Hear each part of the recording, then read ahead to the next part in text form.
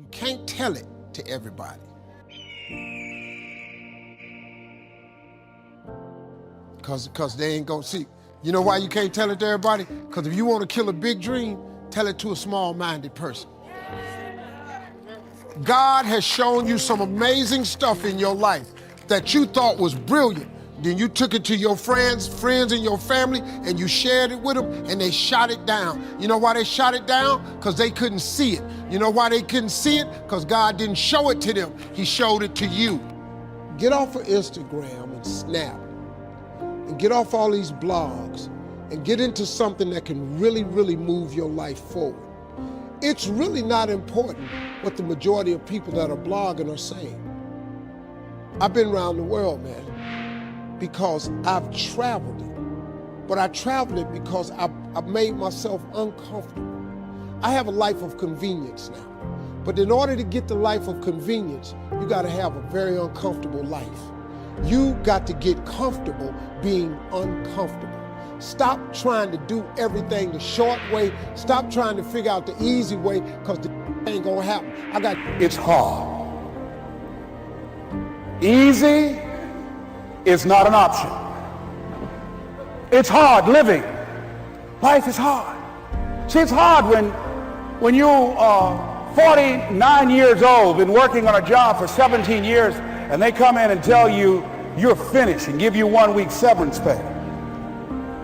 And you got to start all over again. It's hard when you're married and raising children, and your children are crawling, and your husband dies unexpectedly. It's hard handling just the tragedies of life. It's hard when you're working on something and you put everything you have in it, and it doesn't work out. You lose your money and other people's money. It's hard. It was rough when I lost my job, and I could not find a job. It was humiliating and embarrassing, borrowing money, and then I couldn't pay the money back when I told them I would. That's rough. How people look at you, how they respond to you. It's very hard. It's humiliating. Here's what I discovered that happens to you in life, that you will go through things, and while you're going through them, you can't understand why it's happening to you. But after you go through it and you get back and you look at it and you say, oh, now I understand why I needed that lesson. That I couldn't understand it then. But after I got through it, then I saw that that was preparing me for bigger and better things. That as you go through the challenges of life and you look at it and embrace whatever comes to you, don't run from it. Step toward it. Don't try and duck it like most people do. See, most people want it easy. See, easy come, easy what? Easy go. See, but when you go at what you're going to deal with, and you deal with the difficulties of it, when you handle those hard things close at hand, making those hard decisions right now that you don't want to make, learning those things that you don't like to do, but you know that in order for you to get where you want to go, this is one of the hoops that you have to flip through. And I'm saying to you, whatever you got to do it, because if you don't, life is going to whoop you until you surrender and say, okay, all right, I cooperate, okay, I learned, okay. They had to wear me out a long time. So if it's hard, then do it hard. Those days when I'm tired or worn out or just basically sick of the grind, what do I do on those days? I go anyways. I get it done, even if I'm just going through the motions. I go through the motions. I don't really want to work out. I work out. I really don't want to hammer on a project. I hammer on the project.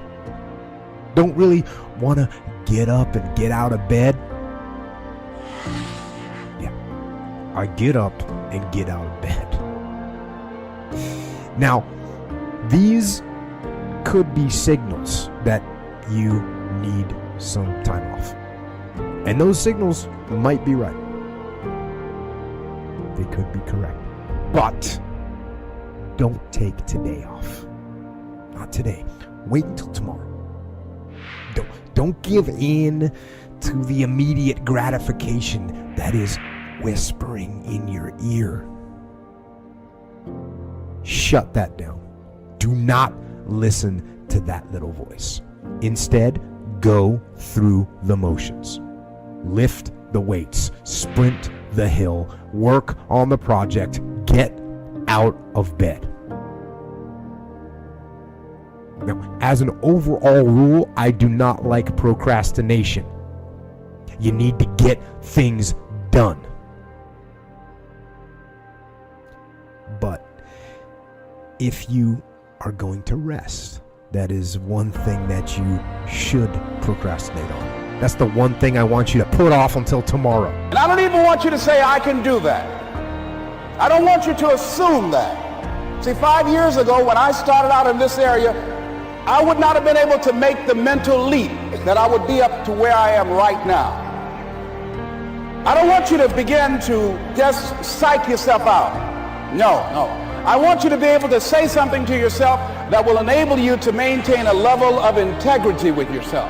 That when you say this, even when you face tremendous setbacks, it will be a benchmark to keep you in the game, to keep you moving forward and experimenting and readjusting your strategy and your plan of action, continuously looking for ways to win. So what is that something? When you got an idea you want to move on, you might not have the money, you might not have the education, you might not have the support or the resources you need. What is that something that can keep us going, that will enable us to act on our dream? What's one of those keys that will begin to help us to discover the secrets to our dream? Here's what I want you to repeat after me, please, with power and conviction. Say, it's possible. That's all I want you to do when you look at your dream. Just say to yourself every day, it's possible. Just say that every day to yourself, it's possible. Because what does that do? See, it begins to change your belief system. See, the way in which we operate, ladies and gentlemen, it's a manifestation of what we believe, what's possible for us. Whatever you've done up to this point, all that it really is a duplication, it's a reproduction of what you believe subconsciously that you deserve and what's possible for your life.